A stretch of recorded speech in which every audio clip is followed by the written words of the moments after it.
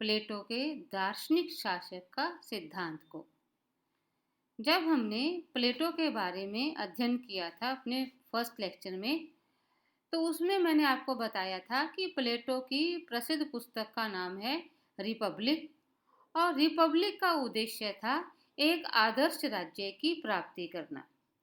क्योंकि प्लेटो के समय में यूनानी नगर राज्यों में अयोग्य और स्वार्थी राजनीतिज्ञों के हाथ में शासन की सत्ता थी, और प्लेटो इससे अच्छी तरह से परिचित था। उसे अपने जीवन में एथेंस आदि राज्यों के अज्ञानी शासकों के दुष्परिणामों को देखकर यह विश्वास हो गया था कि संसार में तब तक शांति नहीं स्थापित हो सकती जब तक शासन संचालन किसी योग्य, ज्ञानी तथा दार्शनिकों के हाथों में न आ जाए। तो इसलिए उसके जो आदर्श राज्य का शासक था वो एक दार्शनिक शासक था। तो आज हम प्लेटो के दार्शनिक शासक के सिद्धांत को अध्ययन करने जा रहे हैं। जो दार्शनिक राजा के शासन का सिद्धांत प्लेटो का एक प्रमुख और मौलिक सिद्धांत है।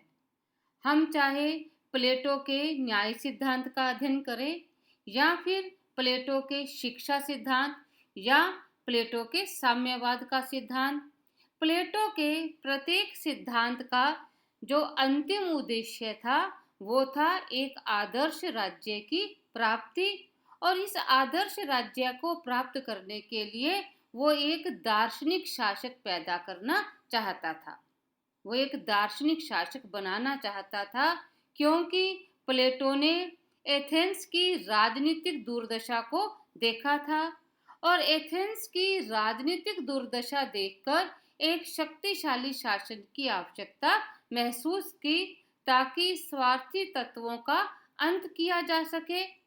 उसने महसूस किया कि राजा इतना शक्तिशाली होना चाहिए कि वह आसानी से एथेंस को राजनीतिक भ्रष्टाचार, व्यक्तिवाद व अस्थिरता के गर्त से निकाल सके और राज्य में शांति व्यवस्था कायम कर सके।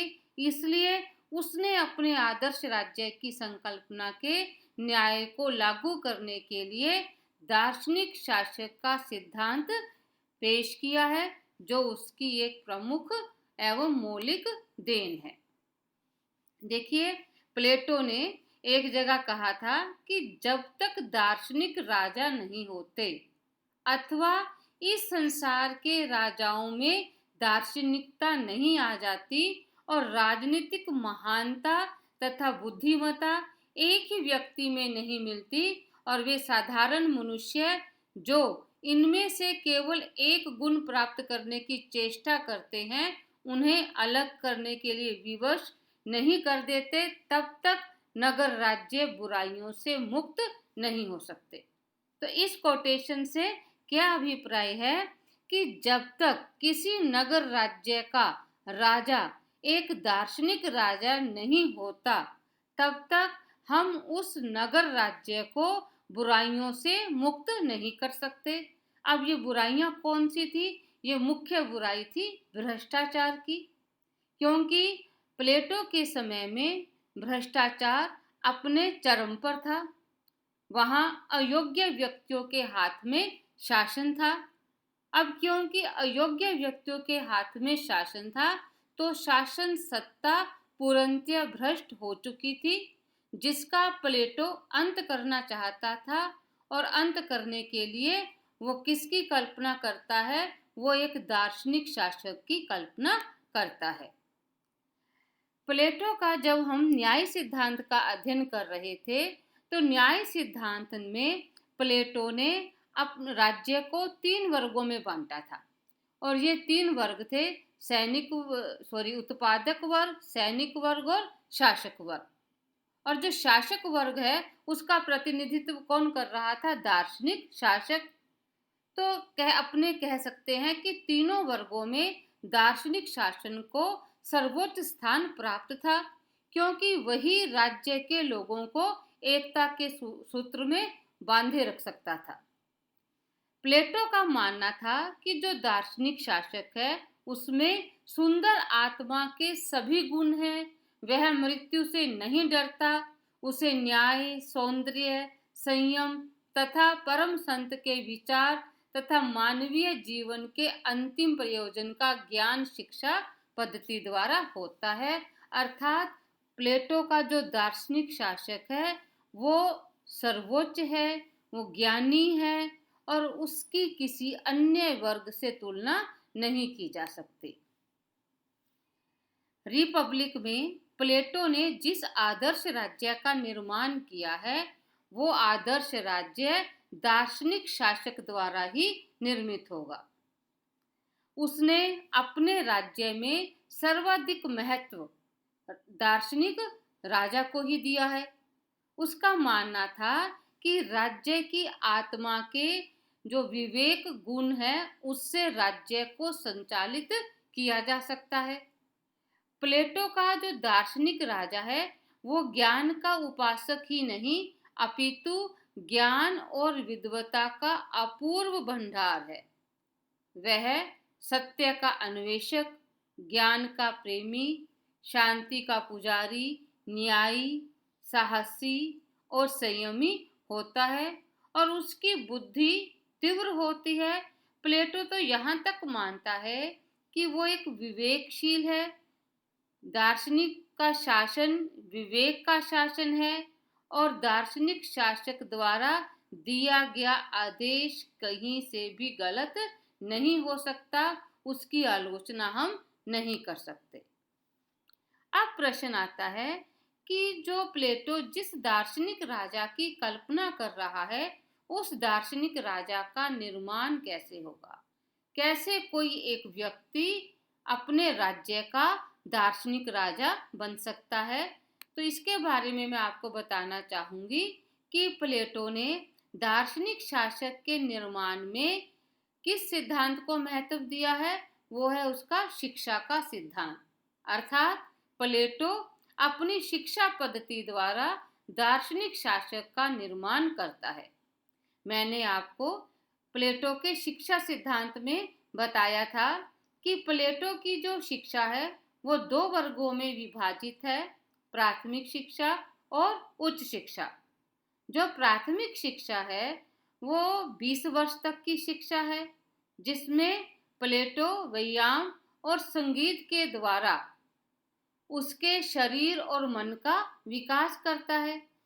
और जो 20 से 30 वर्ष तक की शिक्षा है वो केवल दार्शनिक शासक वर्ग को ही दी जाएगी, या हम कह सकते हैं कि वो शिक्षा केवल अभिभावक वर्ग को दी जाएगी और अभिभावक वर्ग में भी ये शिक्षा केवल शासक वर्ग को ही दी जाएगी। 20 से 30 वर्ष तक वह विभिन्न विज्ञानों के द्वारा उसके विवेक को विकसित और सत्य की ओर उसको उन्मुख करता है। और जो 30 से 35 वर्ष की अवस्था है उसमें प्लेटो का मानना है कि शासक को द्वंद्वात्मकता की शिक्षा दी जाएगी। और ये शिक्षा यहीं खत्म नहीं होती। जिन व्यक्तियों को वो दार्शनिक शासक बनाना चाहता है उस व्यक्ति को वो 15 वर्ष तक की जो शिक्षा है वो केवल व्यवहारिक ज्ञान की शिक्षा देता है। प्लेटो का मानना है कि आगामी 15 वर्षों तक अपने सैद्धांतिक ज्ञान को व्यवहारिक रूप में परिणित करने के लिए उसे संसार की पाठशाला में विचरण करना पड़ता है। तो हम कह सकते हैं कि 50 वर्ष तक की शिक्षा एक दार्शनिक शासक को दी जाएगी। इस अवधि में सोने की भांति उसे अग्नि में तपाया जाता है जिससे भविष्य में शासक बनने पर वह भ्रष्ट और खोटा न प्रमाणित हो, यानी कि वो भ्रष्ट न हो, इसलिए उसे 50 वर्ष तक की शिक्षा दी जाती है जिसमें सैद्धांतिक और व्यवहारिक ज्ञान को सम्मिलित किया जाता है। अब प्लेटो 50 वर्ष तक की शिक्षा देने के पश्चात जिस दार्शनिक शासक का निर्माण करता है या जिसे दार्शनिक शासक के पद पर बिठाता है तो प्लेटो का मानना है कि केवल शिक्षा ही सब कुछ नहीं है, उसमें कुछ गुणों का होना भी आवश्यक है। और वो गुण कौन से हैं? वो विवेक का प्रेमी हो, अर्थात दार्शनिक राजा विवेक का संगी होगा, वह समस्त जगत के ज्ञान का भंडार होगा। प्लेटो यह मानकर चलता था कि जो दार्शनिक शासक है वो किसका प्रतिनिधित्व करता है? वो विवेक का प्रतिनिधित्व करता है, वो बुद्धिमता का प्रतिनिधित्व करता है। पूरे नगर राज्य में जो सबसे ज्यादा बुद्धिमान व्यक्ति है और जिसने 50 वर्ष तक की शिक्षा प्राप्त की है, वही व्यक्ति दार्शनिक शासक बनेगा, अर्थात वो विवेक का प्रतिनिधित्व करेगा। मैक्सी ने कहा है कि एक सच्चा दार्शनिक ज्ञान से प्रेम रखता है, न कि किसी मत से। वह क्रोध, घृणा, संकीर्णता, द्वेष, स्वार्थपरता आदि से दूर रहता है। सेकंड, उसमें क्या गुण होना चाहिए? सत्य का प्रेमी। न केवल वो विवेक का प्रतिनिधित्व करेगा, बल्कि वो सत्य के मार्ग पर चलेगा। वह कभी भी सत्य के मार्ग से विचलित नहीं होगा। वो अविश्वास, निंदा, झूठ, फरेब, धोखा आदि विचारों से दूर रहेगा। फिर है आत्मनियंत्रण, यानी कि वो विवेक का प्रतिनिधित्व कर रहा है, लेकिन जो दार्शनिक शासक है उसमें आत्मनियंत्रण के गुण भी होने चाहिए। और यदि उसमें आत्मनियंत्रण के गुण है, वो तभी स्वयं को संसारिक मोह से दूर रख सकेगा। उसे अपनी इच्छाओं पर नियंत्रण रखना चाहिए। और वो अपनी इच्छाओं पर नियंत्रण कब रखेगा? जब उसमें आत्मनियंत्रण की प्रवृत्ति होगी। बिना आत्मनियंत्रण के वो अपनी इच्छाओं पर नियंत्रण नहीं रख सकता। तो ये गुण भी उसके अंदर होना चाहिए, अपने आप को नियंत्रित करना, अपने आप को कंट्रोल में करना। निस्वार्थता, यानी कि जो दार्शनिक राजा होगा वो निस्वार्थ भाव से शासन कार्यों को संपादित करेगा। क्यों वो निस्वार्थ भाव से करेगा?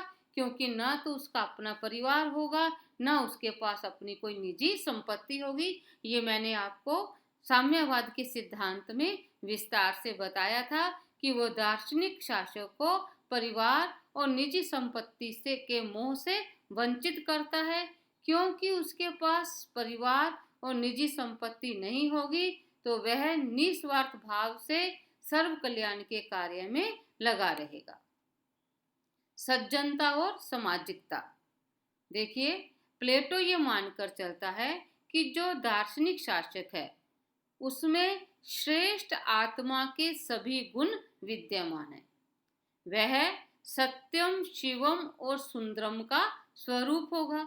उसे मृत्यु से डर नहीं लगता, सत्य पर चलेगा। ठीक है, जो सुंदर आत्मा के जितने भी गुण हैं सभी गुण उसमें विद्यमान होंगे। तो प्लेटो मानता है कि जो दार्शनिक शासक है वो प्रकृति के श्रेष्ठतम गुणों से युक्त होगा। शांत स्वभाव का होगा, क्योंकि यदि वो शांत स्वभाव का होगा तभी वो राज्य के हित में अपने डिसीजन को ले पाएगा।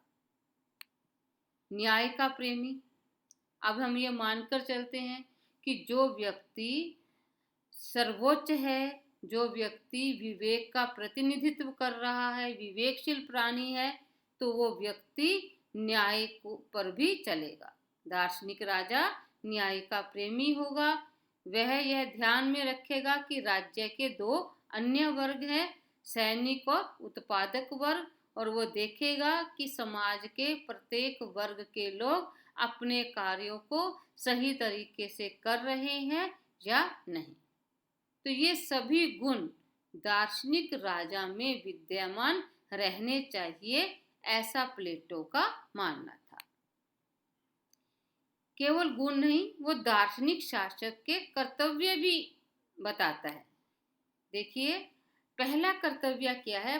प्रत्येक व्यक्ति को उसका विशिष्ट कार्य सौंपना। जब मैंने प्लेटो का न्याय सिद्धांत बताया था उसमें मैंने आपको बताया था कि राज्य के 3 वर्ग हैं और प्रत्येक वर्ग द्वारा अपने कार्य को करना और दूसरे के कार्य में हस्तक्षेप न करना ही न्याय है। तो ये दार्शनिक शासक का कर्तव्य है, वो ये देखेगा कि सभी वर्ग अपने अपने कार्य को सही तरीके से कर रहे हैं अथवा नहीं। ठीक है। दूसरा उसका कर्तव्य क्या है? भावी शासकों की शिक्षा का संचालन करना। भावी शासकों के लिए शिक्षा का संचालन करने का दायित्व भी दार्शनिक शासक के ऊपर होगा। वह उन सारी कविताओं, नाटकों, कला और साहित्य पर प्रतिबंध लगा देगा जिनमें अनैतिक तत्वों का संयोग होगा। और तीसरा महत्वपूर्ण कर्तव्य है धार्मिक विश्वासों को नियंत्रित करना, ताकि शासन कार्य को सुचारू रूप से संचालित किया जा सके। देखिए, अब जब हम प्लेटो के दार्शनिक शासक के सिद्धांत का अध्ययन करते हैं तो हम किस निष्कर्ष पर पहुंचते हैं कि प्लेटो का जो दार्शनिक शासक है वो विवेक का प्रतिनिधित्व कर रहा है, यानी कि वो एक बुद्धिमान प्राणी है। प्लेटो का ये मानना है कि जो दार्शनिक राजा है, दार्शनिक राजा के माध्यम से ही आदर्श राज्य को प्राप्त किया जा सकता है, क्योंकि यदि उसका शासन योग्य, कुशल, ज्ञानी एवं स्वार्थहीन दार्शनिक शासकों के हाथ में होगा, तभी आदर्श राज्य की प्राप्ति की जा सकती है। और दार्शनिक राजाओं के शासन का यह सिद्धांत प्लेटो का न केवल एक प्रमुख सिद्धांत है, हम सरल शब्दों में ये भी कह सकते हैं कि जो रिपब्लिक है, रिपब्लिक का अंतिम उद्देश्य भी एक दार्शनिक राजा की प्राप्ति करना है। और ये जो दार्शनिक राजा की प्राप्ति कर रहा है, तो ये मानकर चलता है कि प्लेटो कि वो एक इंटेलिजेंट व्यक्ति है और वो जो कुछ कहेगा उसके आज्ञाओं का पालन करना नागरिकों का दायित्व होगा।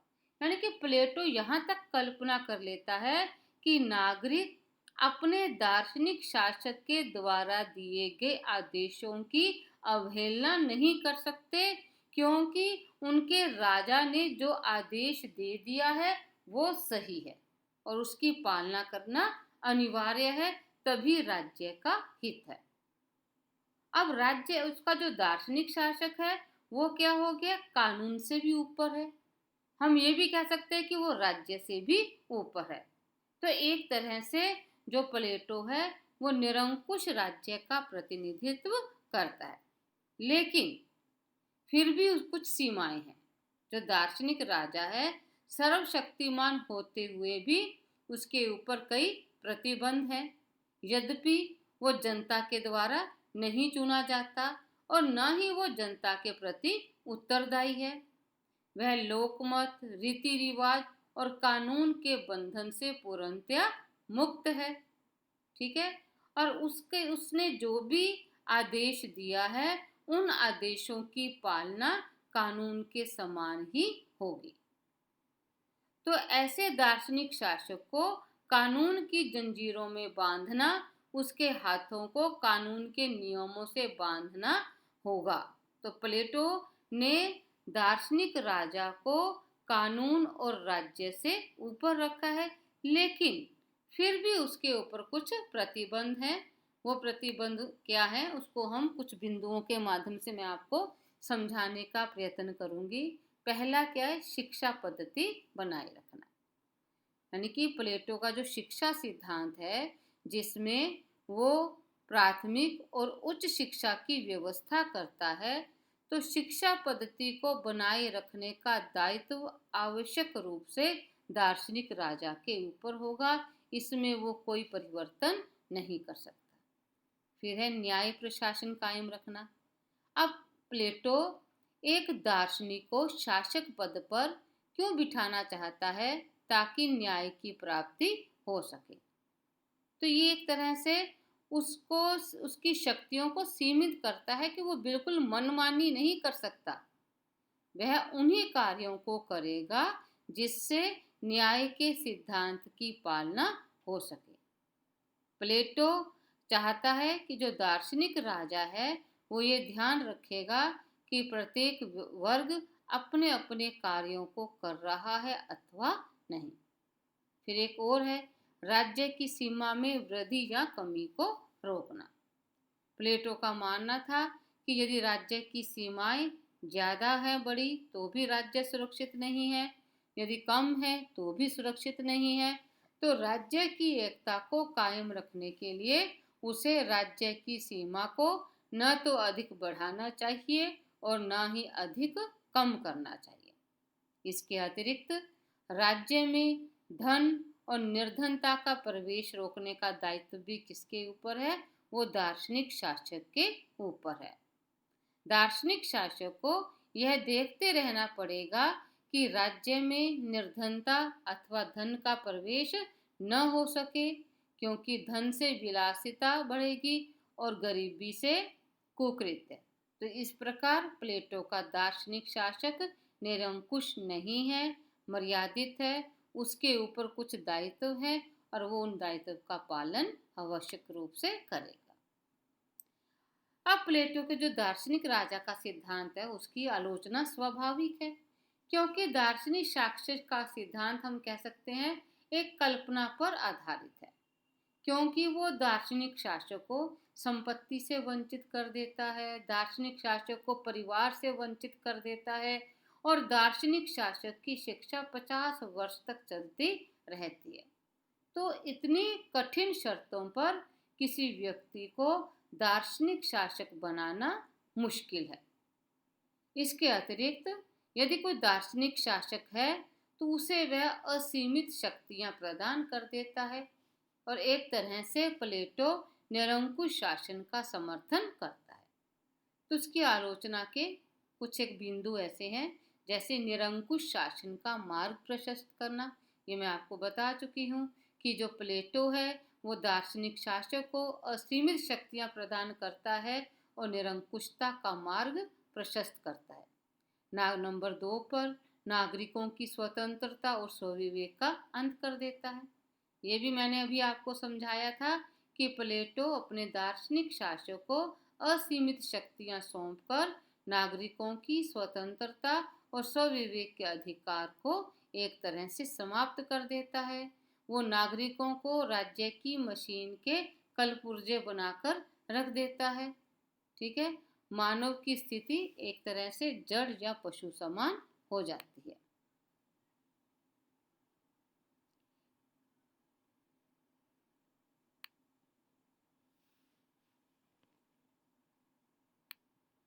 ठीक है, तो इसके अतिरिक्त प्रजातांत्रिक समानता के सिद्धांत की अवहेलना होती है, विरोधाभासों से परिपूर्ण है। एक ओर तो वो दार्शनिक शासक को असीमित शक्तियां सौंपता है और दूसरी ओर उसके ऊपर कुछ वो प्रतिबंध भी लगा देता है। फिर वो मानकर चलता है कि जो शासन के लिए आवश्यक जो विषय हैं, जैसे गणित, ज्योतिष, नक्षत्र विद्या, तर्कशास्त्र, द्वंद्वात्मकता का वो पंडित होगा। किंतु देखा जाए तो प्रशासन के लिए इन विषयों का ज्ञान होना आवश्यक नहीं है। शासन प्रबंध के लिए दार्शनिक राजा को वित्त, विधि, इतिहास, राजनीति और अर्थशास्त्र जैसे विषयों का ज्ञान रखना चाहिए, लेकिन प्लेटो ज्योतिष विद्या, नक्षत्र विद्या, तर्कशास्त्र जैसे विषयों का भी अध्ययन अपने दार्शनिक शासक से करवाता है। इसके अतिरिक्त हम कह सकते हैं कि जो दार्शनिक वर्ग का शासन है वह असंतुलित और अहितकार है, क्योंकि सार्वजनिक क्षेत्र के कर्तव्यों का उचित रूप से संपादन कर सकेंगे दार्शनिक शासक, इसमें संदेह है। ये माना जाता है कि अत्यधिक दार्शनिकता सनकीपन उत्पन्न करती है और सनकी व्यक्ति का शासन निश्चित रूप से अन्यायपूर्ण और असंतुलित ही होगा। काल्पनिक अवधारणा है। प्लेटो का जो दार्शनिक राजा है मात्र काल्पनिक है। व्यवहारिक जगत में ऐसे निस्वार्थ, निष्ठावान और उच्च आदर्शों के व्यक्तियों का मिलना असंभव है। फिर भी हम कह सकते हैं कि दार्शनिक शासक के सिद्धांत की जो अवधारणा है उसके अपना महत्व है, क्योंकि जो प्लेटो है वो शासन को एक कला मानता है और शासक वही व्यक्ति होना चाहिए जो उस कला को का कुशल ज्ञाता हो, विशेषज्ञ हो। दार्शनिक शासक से तात्पर्य है ज्ञानी पुरुषों का शासन। और प्लेटो के अनुसार नगर राज्य रोगग्रस्त थे, क्योंकि शासन की बागडोर अज्ञानी और स्वार्थी राजनीतिज्ञों के हाथों में थी। तो प्लेटो ने इसका उपचार एक दार्शनिक शासक के माध्यम से किया है। यदि शासन की बागडोर विवेकी, विशेषज्ञ और प्रशिक्षित शासकों के हाथ में होगी तो निसंदेह राज्य में न्याय की स्थापना हो जाएगी।